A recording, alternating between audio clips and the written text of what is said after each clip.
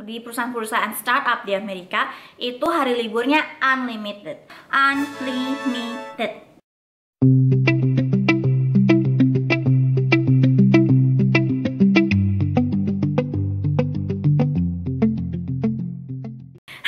Welcome back to my channel. Kalau kalian baru di channel aku, welcome to my channel. Nama aku Luciana dan aku YouTuber Indonesian American. Jadi aku lahir di Indonesia tapi aku sudah dari kecil tinggal di Amerika. Aku sekolah di Amerika dan juga kerja di Amerika sampai sekarang. Sekarang aku udah 30-an tahun. Karena pengalaman kerja aku di Amerika, lumayan sering aku dapat pertanyaan dari orang-orang di Indonesia tentang proses gaji pegawai-pegawai di Amerika dan juga tentang apa aja sih yang pegawai-pegawai di Amerika itu dapetin dari perusahaan-perusahaan tempat kerja mereka di Amerika. Nah, aku akan menjawab kedua pertanyaan itu di video ini dengan lengkap. Jadi make sure kalian nonton video ini sampai akhir. Please jangan di skip-skip supaya kalian tidak ketinggalan informasi dan tidak salah informasi. Di video ini aku tentunya akan ngomongin based on pengetahuan aku, pengalaman aku selama ini, dan pengalaman teman-teman aku dan teman-teman kerja aku. Di Amerika itu ada dua tipe pegawai. Pegawai permanen atau pegawai tetap dan pegawai kontraktor. Jadi pegawai kontrakan. Apa bedanya antara kedua tipe pegawai ini? Di Amerika tuh ada yang status namanya full time dan part time. Kalau pegawai permanen yang full time itu dia kerja minimum 40 jam per minggu. Jadi itu minimum, oke? Jadi bisa kerja 50, 60, bisa kerja lebih dari 40 jam. Dimana kalau pegawai kontrakan yang full time itu biasanya cuma kerja 40 jam per minggu. Kalau pegawai permanen yang part time itu artinya dia kerja maksimum 39 jam. Pokoknya anything di bawah 40 jam per minggu itu termasuk pegawai part time.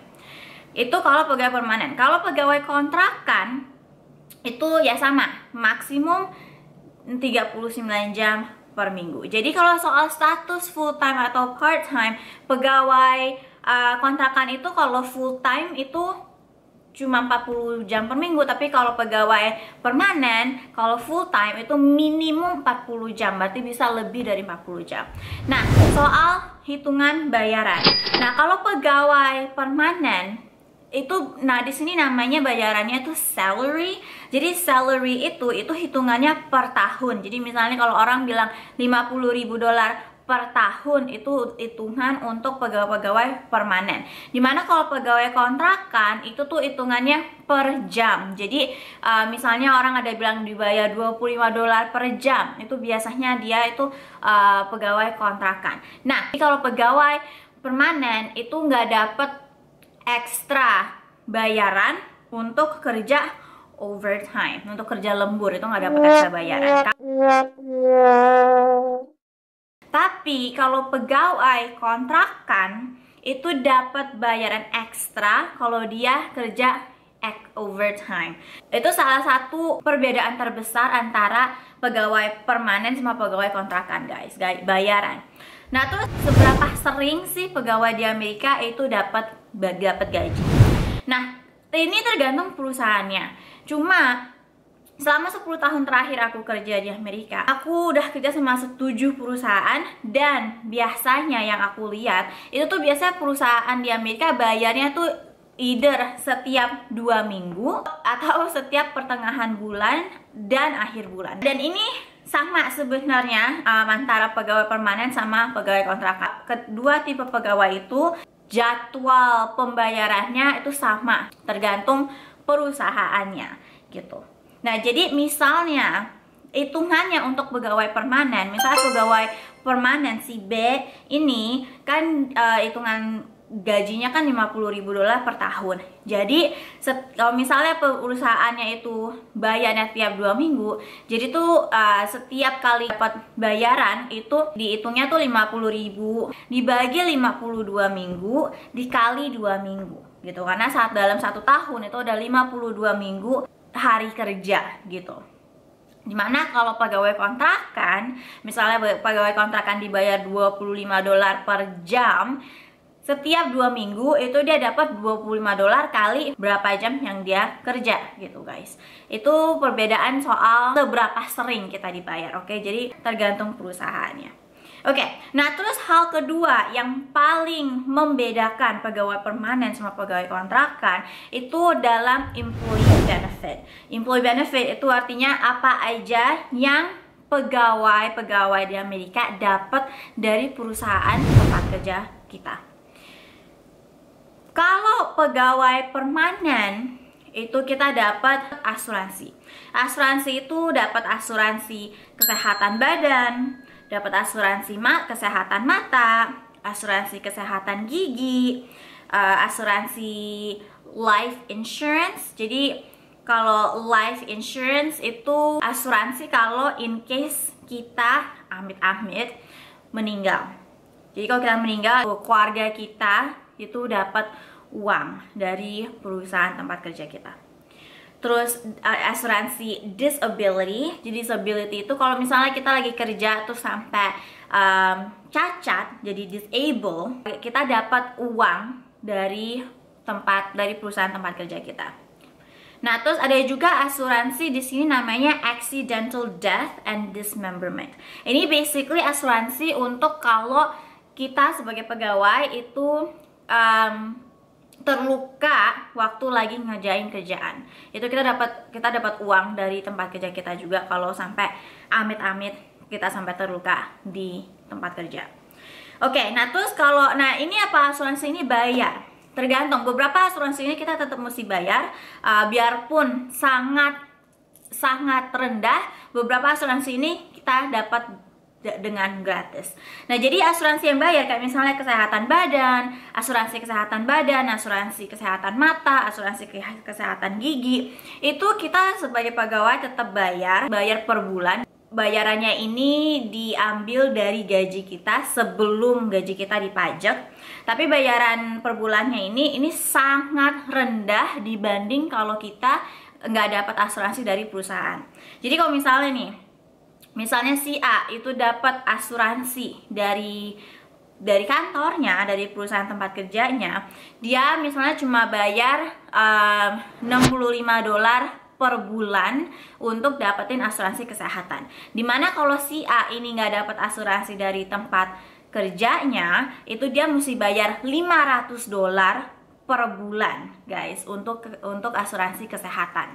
Oke. Nah, realistically selama ini yang aku tahu, harga asuransi yang kita sebagai pegawai di Amerika itu mesti bayar per bulan kalau kita dapat asuransi lewat kantor itu adalah $95 per 2 minggu. Jadi per bulan itu $190 per bulan. Oke, itu harga asuransi yang paling mahal yang aku pernah alami sejak aku kerja di Amerika. Ini asuransi paling mahal kalau lewat kantor, oke?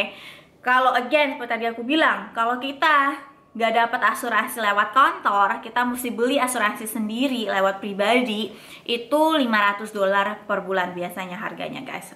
Sekitar segitu, bisa lebih mahal malahan ya.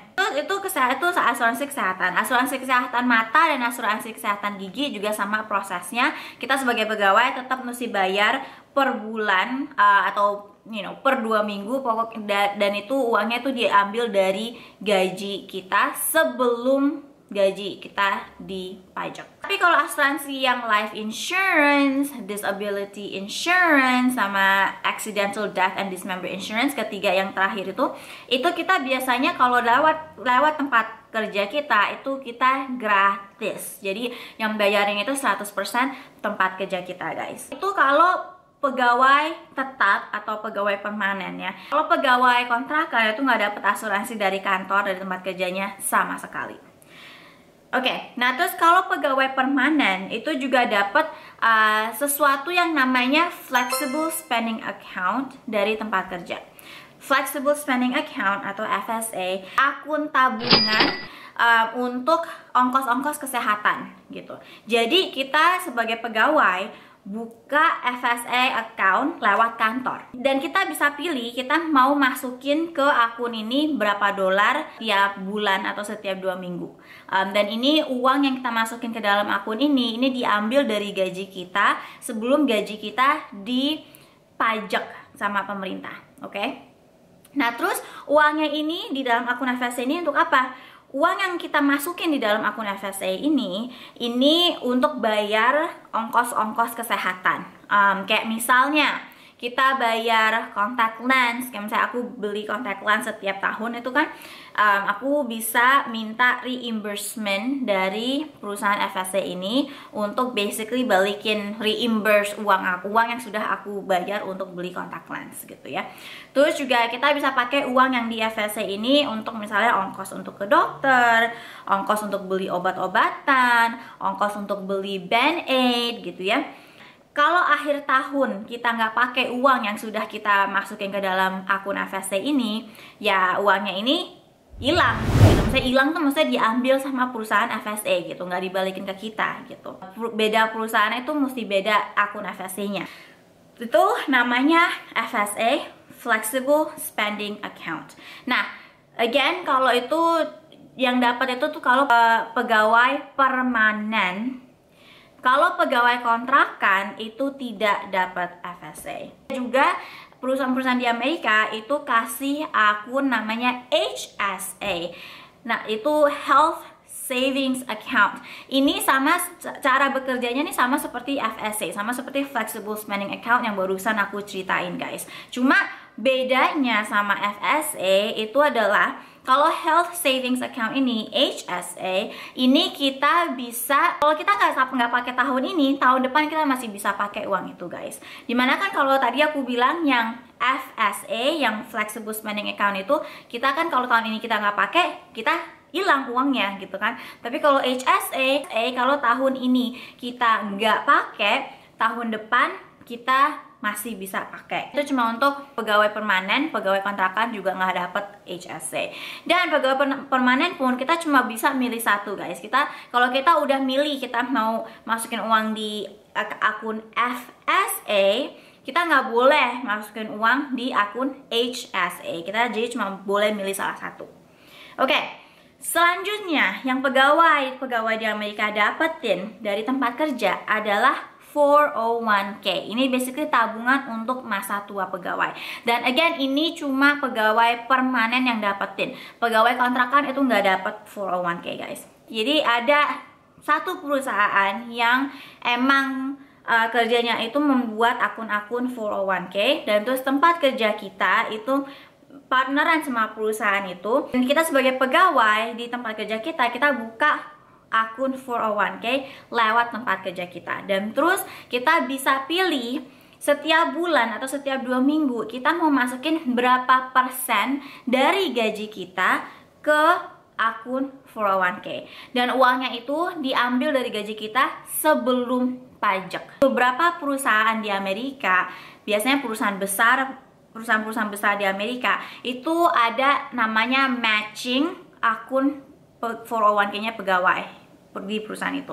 Perusahaan tempat kerja kita akan masukin sebanyak uang yang kita masukin sampai batasnya perusahaan itu. Misalnya aku kasih contoh supaya gampang ya.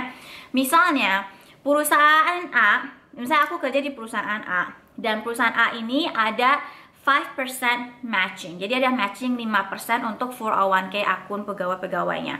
Itu artinya kalau aku masukin 5% dari gaji aku, itu si perusahaan A ini akan masukin 5% lagi. Jadi akan nambahin 5% lagi di akun 401k aku guys. Jadi basically it's like free money gitu. Nah, tapi kalau misalnya aku masukin 10% dari gaji aku ke akun 401k aku, perusahaan tempat kerja aku ini tetap cuma bisa masukin 5%, oke, ke akun 401k aku.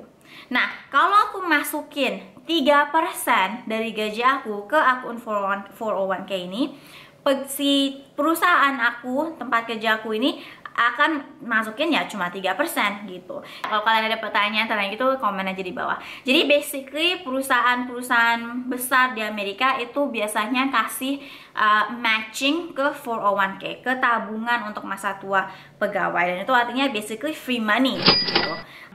Selama ini aku kerja di Amerika sih, setiap perusahaan di Amerika itu ada 401k. Cuma nggak setiap perusahaan ada matching 401k gitu. Aku selama 5 tahun terakhir aku kerja di perusahaan-perusahaan startup. Jadi perusahaan-perusahaan startup yang namanya startup kan masih lumayan kecil gitu ya. Dan biasanya di startup company itu kita nggak dapet matching 401k. Kita dapat 401k, jadi kita masih bisa buka akun 401k lewat perusahaan itu, tapi perusahaan itu nggak kasih matching gitu guys. Selama ini perusahaan-perusahaan yang kasih matching ke 401k pegawai itu adalah perusahaan-perusahaan yang besar-besar gitu. Karena kayaknya untuk suatu perusahaan untuk kasih matching ke akun 401k pegawai, perusahaan itu mesti ada minimum jumlah pegawai yang perusahaan itu mesti punya gitu guys. So anyway, again, ini cuma untuk pegawai permanen, pegawai kontrakan nggak dapat 401k. Terus juga jatah hari libur. Pegawai kontrakan nggak dapat jatah hari libur karena mereka dibayar per jam gitu ya. Jadi kalau mereka nggak kerja, mereka liburan, ya mereka nggak dibayar gitu. Tapi kalau pegawai permanen, kita dapat jatah hari libur, yang artinya tuh biarpun kita libur, kita tetap dibayar seperti biasa. Nah, jatah hari libur di Amerika itu tergantung sama perusahaannya. Aku pernah kerja sama perusahaan yang kasih 10 hari libur ditambah 3 hari libur khusus untuk kalau sakit. Aku pernah juga kerja di perusahaan yang kasih 15 hari libur ditambah 3 hari libur untuk kalau sakit. Aku juga pernah kerja di perusahaan yang kasih 18 hari libur, dan itu terserah kita mau pakai hari liburnya untuk apa. Untuk kalau kita sakit kek, atau untuk liburan beneran kek, itu terserah. Pokoknya 18 hari dikasih jatah hari libur gitu ya. Biasanya kalau hari libur yang membedakan antara libur sama hari sakit namanya sick day, itu biasanya kalau kita sakit lebih dari 3 hari itu kita mesti kasih laporan dokter gitu guys. Oke, anyway, tapi selama ini aku kerja di startup, di perusahaan-perusahaan startup di Amerika, itu hari liburnya unlimited.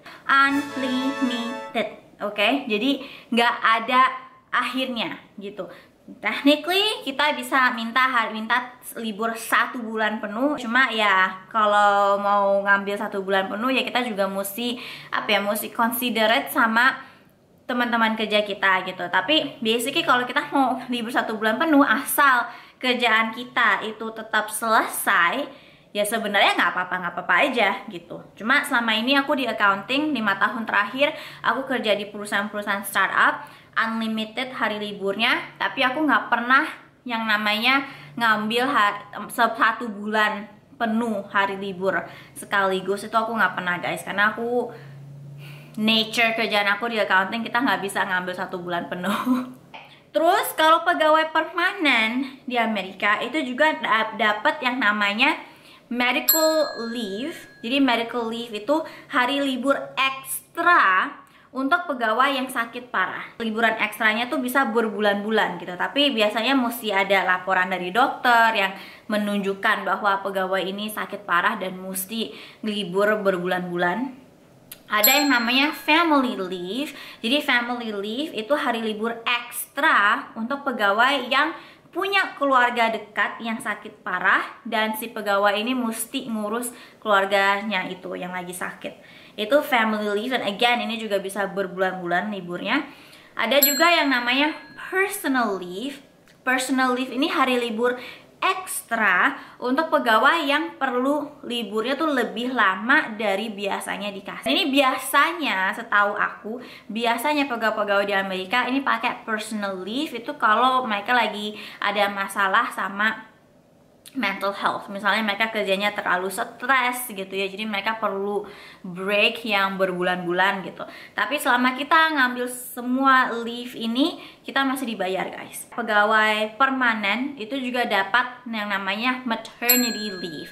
Jadi maternity leave ini hari libur ekstra untuk pegawai perempuan yang baru melahirkan anak. Dan ini biasanya bisa beberapa bulan, bisa sampai hampir 1 tahun, tergantung sama perusahaannya masing-masing gitu ya. Oke, terus juga pegawai permanen di Amerika itu juga dapat yang namanya paternity leave.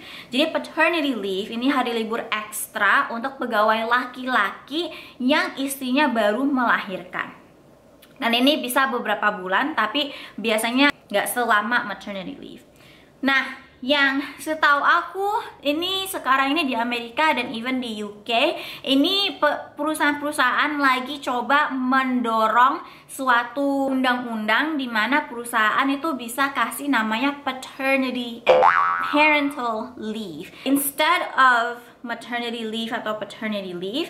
Perusahaan-perusahaan maunya tuh memberikan namanya parental leave. Jadi kalau parental leave itu basically maternity dan paternity leave, tapi tidak membedakan gender si pegawai, atau pegawai itu gay couple gitu ya. Jadi parental leave ini maksudnya ini untuk merangkul pegawai-pegawai yang LGBTQ. Jadi semua leave ini, medical leave, family leave, personal leave, maternity leave, dan paternity leave itu cuma berlaku untuk pegawai-pegawai permanen. Pegawai kontrakan biasanya nggak dapat semua ini. Oke, terus soal pesangon. Kalau soal pesangon, kalau pegawai kontrakan setahu aku nggak dapat pesangon sama sekali. Tapi kalau pegawai permanen ini tergantung. Kalau seorang pegawai permanen itu dipecat karena hal-hal yang di luar kontrol dari si pegawai itu, kayak misalnya karena ekonomi lagi turun, atau perusahaannya itu not doing well, perusahaannya itu nggak bagus performance-nya di industrinya, itu pegawai yang dipecat itu dikasih pesangon. Dan pesangonnya itu biasa selama beberapa bulan. Selama ini yang aku lihat paling lama itu 6 bulan. Dan itu perusahaan yang sangat bagus banget kasih pesangon selama 6 bulan gitu untuk pegawai yang dipecat. Nah, tapi kalau pegawainya ini dipecat karena kerjaannya dia yang kurang bagus, ya dia nggak dapat pesangon guys. Ya dipecat aja gitu. So, oke guys, nah mudah-mudahan nggak too much information. Mudah-mudahan kalian merasa informasi-informasi ini sangat beneficial, sangat useful. Aku nggak tahu apa di Indonesia ada dikasih asuransi kalau kalian kerja. Let me know di komen di bawah. Dan kalau kalian belum subscribe, jangan lupa subscribe dan like dan nyalain notifikasinya. And thank you guys for watching. I will see you guys in my next video. Bye guys.